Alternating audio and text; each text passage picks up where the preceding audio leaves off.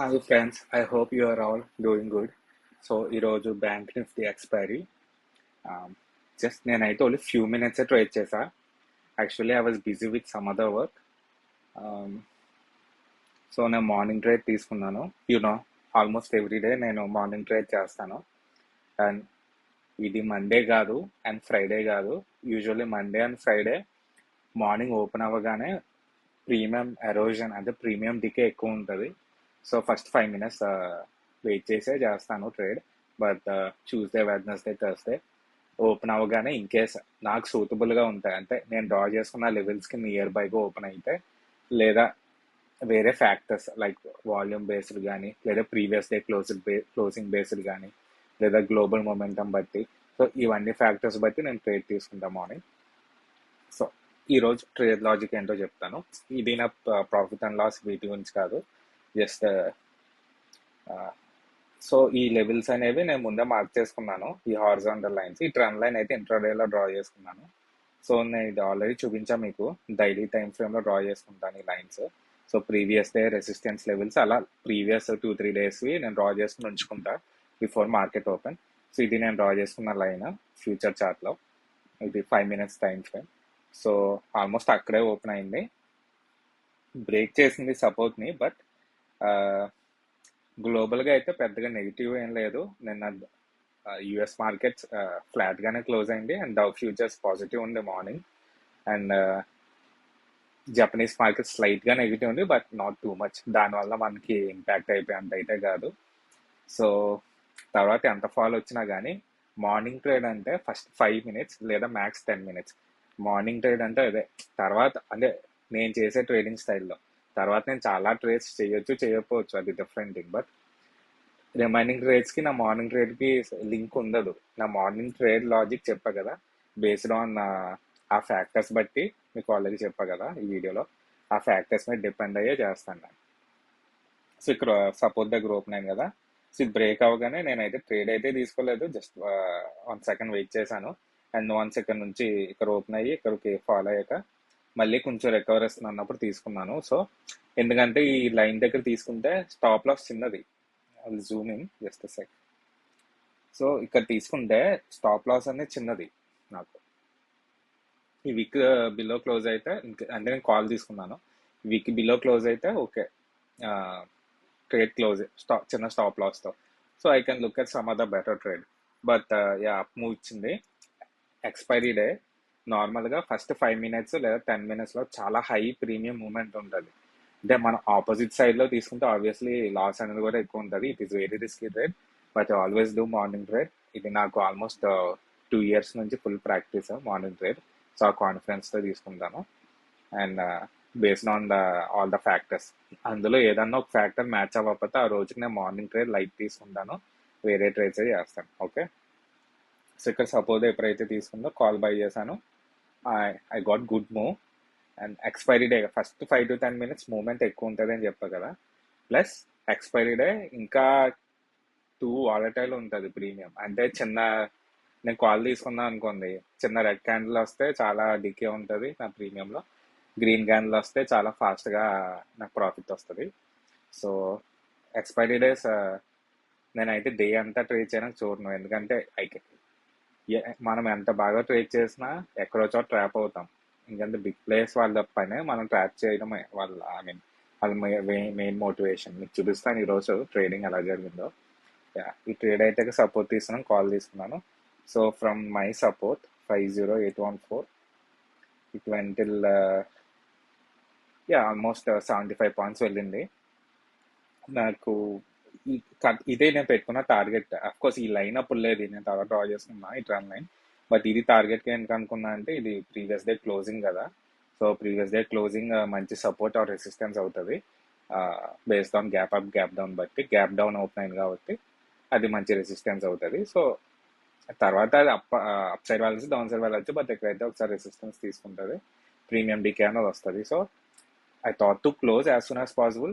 అది 20 points అవ్వచ్చు, 30 points అవ్వచ్చు, 50 points అవ్వచ్చు, లేదా 100 points అవ్వచ్చు. నేనైతే జస్ట్ ట్రైల్ చేసుకుంటా, ఎవ్రీ 10 pointsకి నా ప్రాఫిట్ని ట్రైల్ చేసుకుంటా. సో ఇన్ కేస్ అది సడన్గా రివర్స్ అయినా సరే my profit is locked. Some times miss అవుతా, బిగ్ మూవ్స్, బట్ యా, నాకైతే గ్రీన్లో ఉండడం ఇంపార్టెంట్. పెద్ద హై నెంబర్ ఆఫ్ పాయింట్స్ అనేది ఇంపార్టెంట్ కాదు. సో యా, ఈరోజు మార్నింగ్ ట్రేడ్ అయితే మంచి సక్సెస్ ఇచ్చింది. 60 పాయింట్స్ క్యాప్చర్ చేసుకున్నాను. అది మీకు ఆర్డర్స్లో చూపిస్తాను. అరౌండ్ 9:16కి బై చేసా, 9:17కి సెల్ చేసా. సో ఇట్ ఈస్ అరౌండ్ 1 మినిట్లో ట్రేడ్ చేసి 60 పాయింట్స్ క్యాచ్ చేశాను. దాని తర్వాత పుట్ సైడ్ వెళ్ళింది. See clear rejection candle.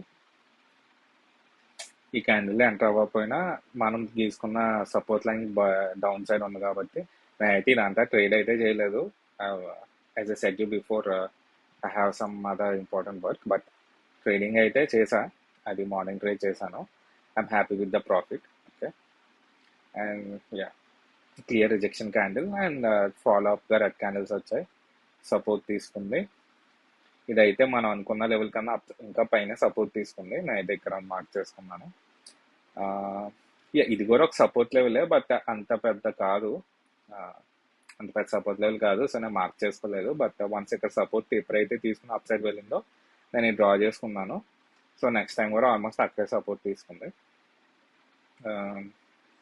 Yeah, closing టైంలో అప్ మూవ్ ఇచ్చారు. ఇది దేనికంటే డౌన్ సైడ్ రీజన్ మనకు తెలియదు, కానీ అప్ సైడ్ ఎందుకు వెళ్ళిందంటే యుఎస్ ఈ వీక్ ఇంపార్టెంట్ ఈవెంట్స్ ఉన్నాయి.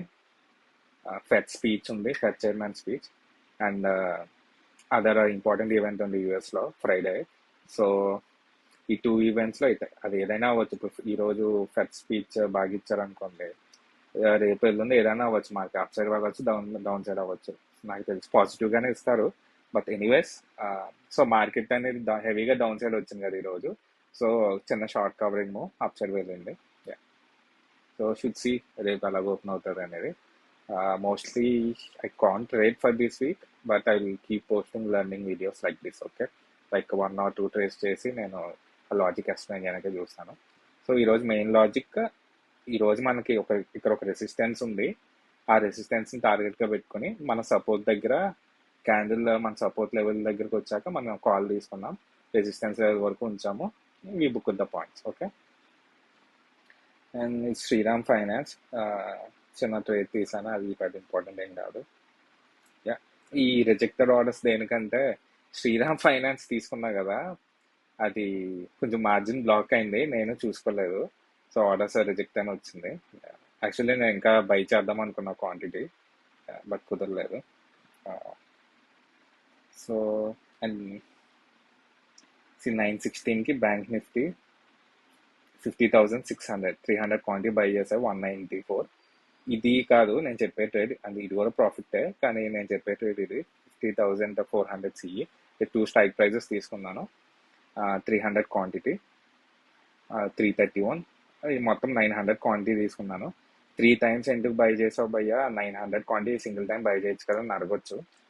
అది యూజువల్గా నేను చాలా వీడియోస్లో చెప్పాను. అంటే ఇక్కడ పెద్ద ప్రీమియం డిఫరెన్స్ రాలేదు, కానీ ఫస్ట్ 5 minutes ఏంటంటే ఆ 1-2 secondsలో 5-10 రూపీస్ పైకి కిందకి వెళ్తుంది. సో నేను ఒకే ప్రైస్లో లాక్ చేయాలని అనుకోను బై ప్రైస్ని.